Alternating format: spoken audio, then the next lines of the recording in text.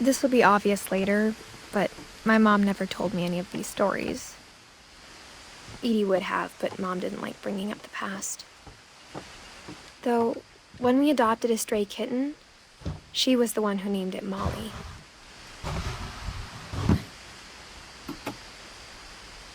I spent a lot of time in Great-Grandma Edie's room.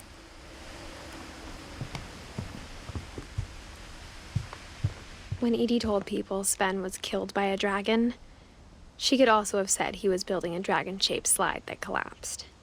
She could have, but she didn't.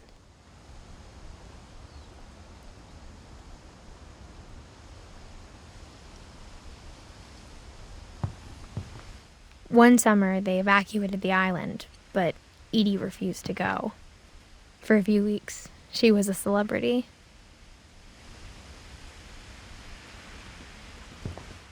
I hadn't thought of myself as Edith Jr. for a long, long time. Edie gave a big interview about a mole man living under the Finch house.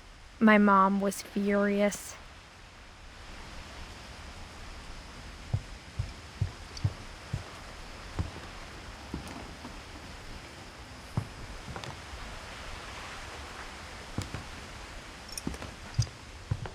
Her room was like a museum.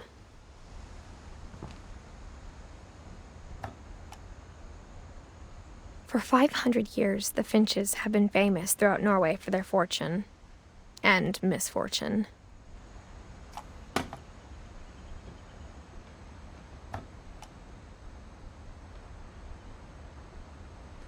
Odin Finch buries the latest victims of the family curse, his wife Ingeborg and their newborn son, Johan.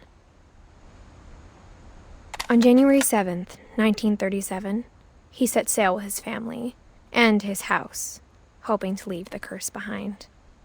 But 40-foot waves off the coast of Washington send the house and Odin to the bottom of the sea. Odin's daughter Edie, with husband Sven and baby Molly, step ashore on their new home, Orcas Island. Odin Finch is the first to be buried in the new family cemetery. His daughter Edie is already dreaming of a new Finch house.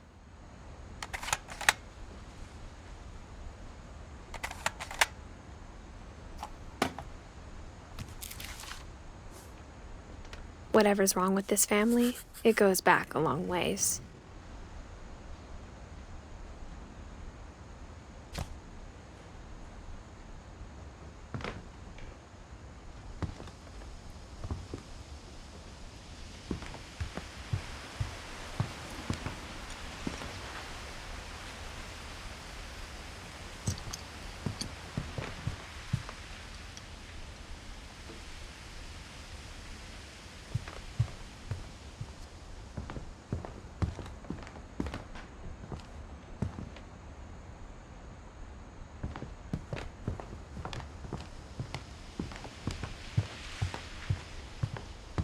Even in her 90s, sometimes Edie seemed a lot younger than my mother.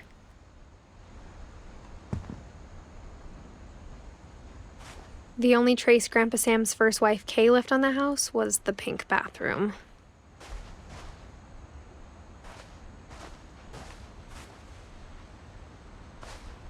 It was a pretty big trace.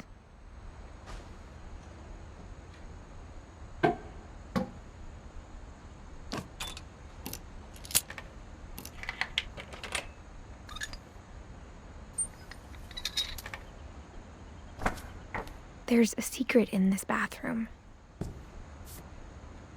It's in the last place you would look. It isn't in the cupboard.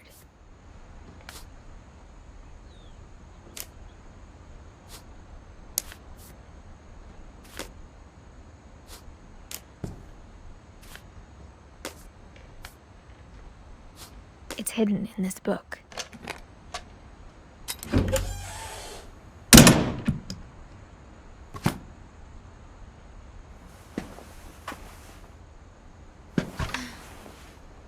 Sven gave Sam an old camera he'd refurbished.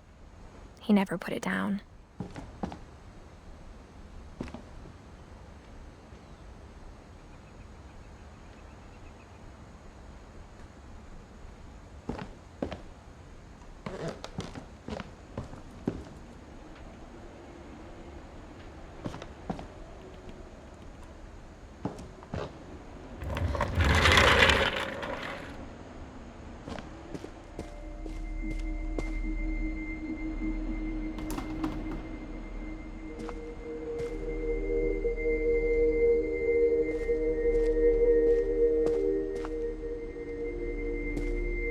I knew Grandpa Sam had a twin,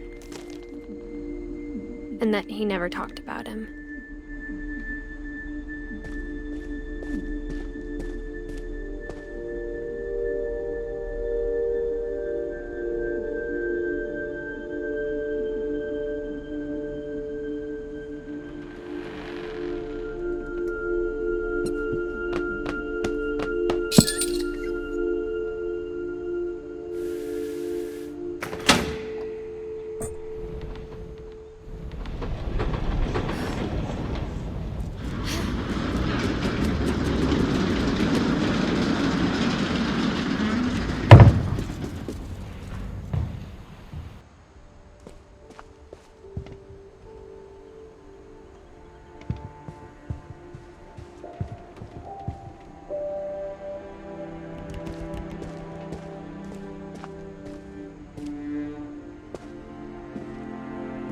I guess my grandpa didn't like history any more than my mom did.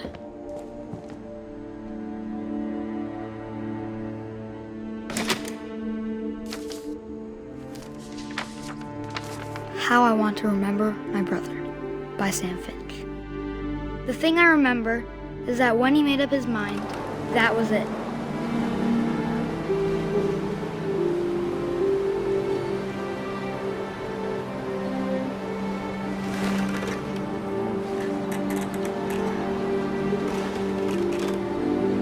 My brother said he'd die before he ate another mushroom, and he did.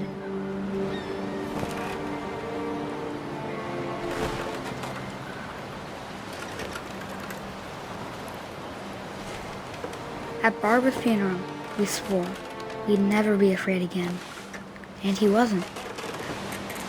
I think Calvin always wanted to fly.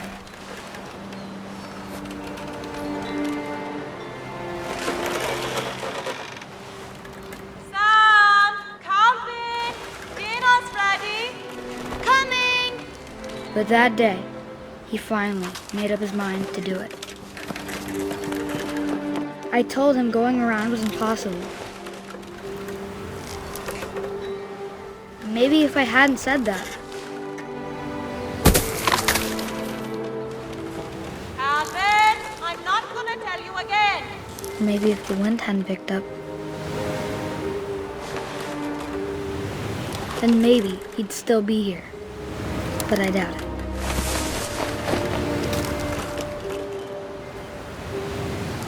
I think he'd already made up his mind. That's what I want to remember about my brother.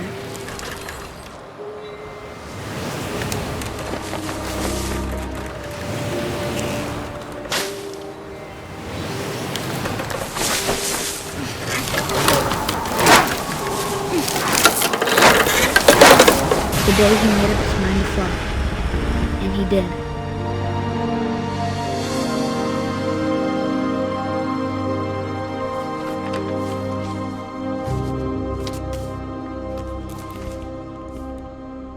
Calvin's story felt strangely familiar. When I was younger, I remember trying to do the exact same thing.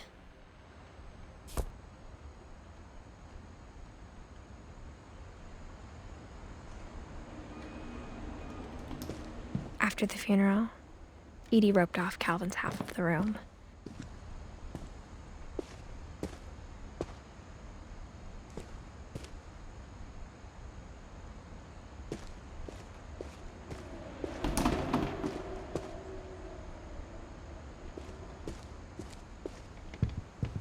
The passages were a pretty tight fit. They'd obviously been built for smaller hands and bellies.